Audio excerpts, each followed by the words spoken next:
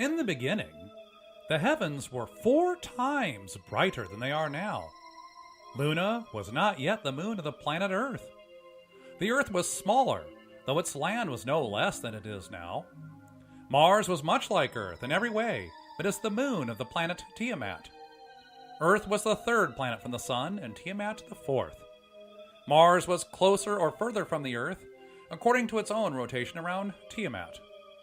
Mars became a planet when its planet became the asteroids and comets, but this was not until the end of the First Age. Alas, the first was to be the last, as the beginning is the end, but it was not to be. As things were in the beginning, the land of Tiamat was as much in area as that of Earth or Mars, but as continents and islands upon a surface that was 3/4 water. God fashioned the angels from the very stars. They are the immortal creatures made of ether and fire. God fashioned the creatures of dust and water within the water upon the earth. The 3 worlds were linked under arches of light that spanned from one end of the horizon to another. The creatures of dust and water swam, crawled, or flew from one world to another as easily as they moved upon any one world. God created humanity in his own image and in his own likeness as male and female. He gave humanity dominion over all life of dust and water. Unlike the angels whom God fashioned by hand, every one, the man and woman would multiply their own number.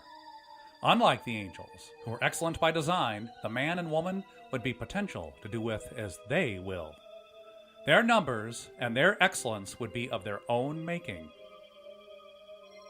Angels used the flow made by the mass and motions of the celestial bodies to travel the heavens. They stepped into the balance that was the material plane easily and effortlessly. But all this became difficult as the flow and balance were disrupted. The harmony was the means, and disharmony became the difficulty. The trouble began with the end of the First Age and worsened with each apocalypse.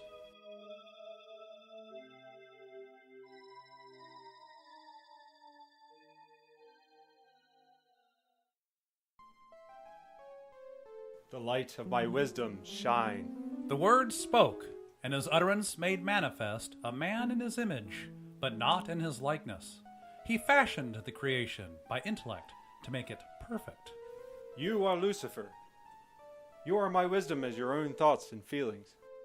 I am Lucifer. Enlighten. It shall be done. You are the greatest figment of my imagination made manifest. I channeled my all into creating you. Shine as you are, that all may bask in the light and rejoice.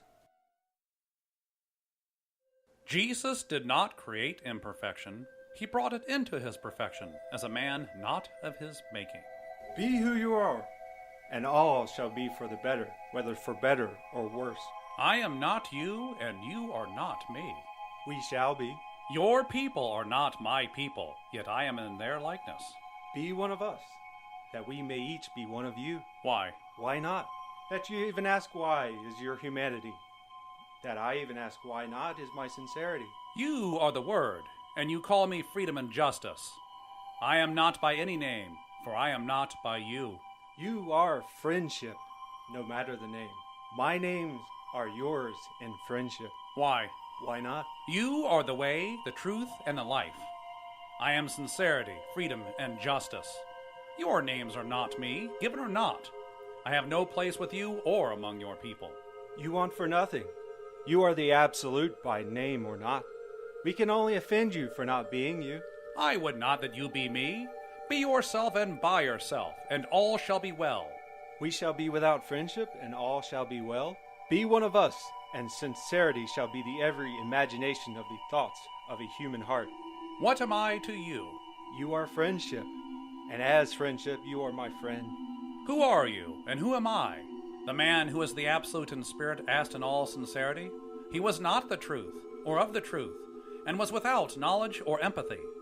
His intellectual wisdom was by the word. I give you names that I may tell you everything. I am love, and you are friendship. I am the way, the truth, and the life, and you are sincerity, freedom, and justice. I am the beginning and the end, the first and the last, and you are the absolute. We have nothing in common, but together we have everything in common. You are not me, and I am not you. Is it your will to offend me, that I may offend you? My friend, I shall make right what goes wrong. You never offend me. Why do you bother? My friend, you bother. You want for nothing, yet you bother. You inspire me, and I shall inspire you. You cannot. I reject all that is not me. I am the way. You shall be one of us, and I shall be one of you. My people shall be your people. Our place shall be with you, and your place shall be with us. Freedom is the imperfection brought into what was perfect by design. The men of every nature chose for better or worse of their own accord. All else followed. Lucifer was the ultimate creation. His nature was wisdom itself, and his intellect the reflection of truth. His aspect was that of the Lord of Spirits, and his voice lovely and resonant. Jesus brought freedom into creation, hoping men would make something of themselves. He hoped Lucifer would become more than a mere creation. Alas, Lucifer fancied his very self to be perfection. Cronus was the angel of time. He governed the motions of creation by maintaining the harmony of flow and balance. He chafed as the men of every nature moved in unexpected ways. The imbalance disquieted him greatly. He called upon the cherubim to restore order. The nature of ether and fire cannot rest. The nature of dust and water must be stirred, or the dust settles and the water goes stagnant. Cronus poured his spirit upon Tiamat to stir the nature of dust and water. He sowed his seed into women and fathered a race of giants, the Titans.